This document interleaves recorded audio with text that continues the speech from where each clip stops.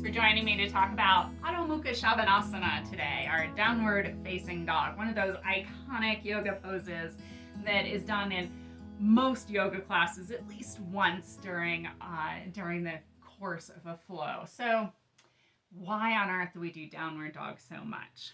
Why do we think about it when we think about yoga? Why do so many of us love it and so many of us hate it? We're going to talk about the reasons behind it today, give you a little deeper understanding. Now, I'm going to cover just a few of those reasons today. There's like 5 million reasons to do downward facing dog. It's just one of those poses that's got so many benefits. So, a couple of things today. The thing we notice most when we do downward facing dog, most of us, is, oh my God, my hamstrings are so tight. The backs of our legs get a stretch. We almost all experience that. So let's just set that aside. We don't need to talk about that. We already know that that's going on. Another reason that we do downward facing dog is because we want to open up the side body. So we know we stretch the backs of our legs, but a lot of us totally forget about the side of the body. But opening up the side of the body in downward facing dog is an amazing way to both strengthen and stretch that side body. And when you open up your side body, it releases your low back, it releases tension in your chest and your shoulders. Everything suddenly just, oh my God, so much more comfortable. So let's give it a try. We'll come to all fours. Get your hands all set up in your favorite way for downward facing dog. Tuck your toes, lift your hips. Here I am, downward facing dog.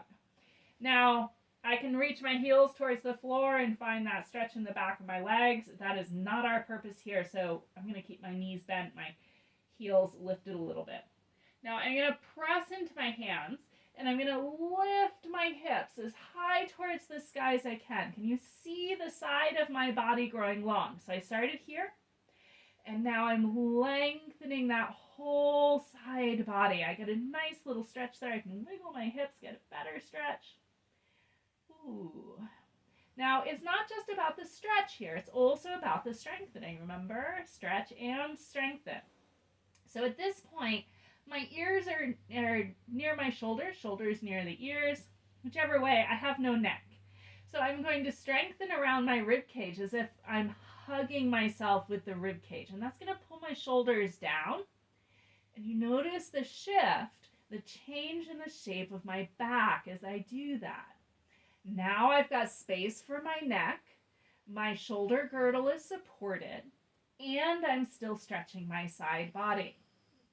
For most of us, this is going to give us the most bang for our buck in downward facing dog. If we focus on that strengthen and stretch of the side body, it's going to transform so many postures, both every day and on your mat. So huge, huge deal there. Now, the other thing that gets kind of forgotten sometimes when we're doing downward facing dog that is a really great opener and really nice for your low back. You might notice down dog, low back, there's a lot of benefit here. And that's strengthening your hip flexors. So that's what bends your knee and your belly towards each other. So if we focus on our hip flexors there, and these guys tend to be weak because we sit around a lot. It's just our culture. This is a good way to get them strong. We find our downward facing dog. We find that length, that strength in our side body. And then let's focus on the hip flexors. So pulling your belly and your thighs towards each other, sharpening that angle at your hips.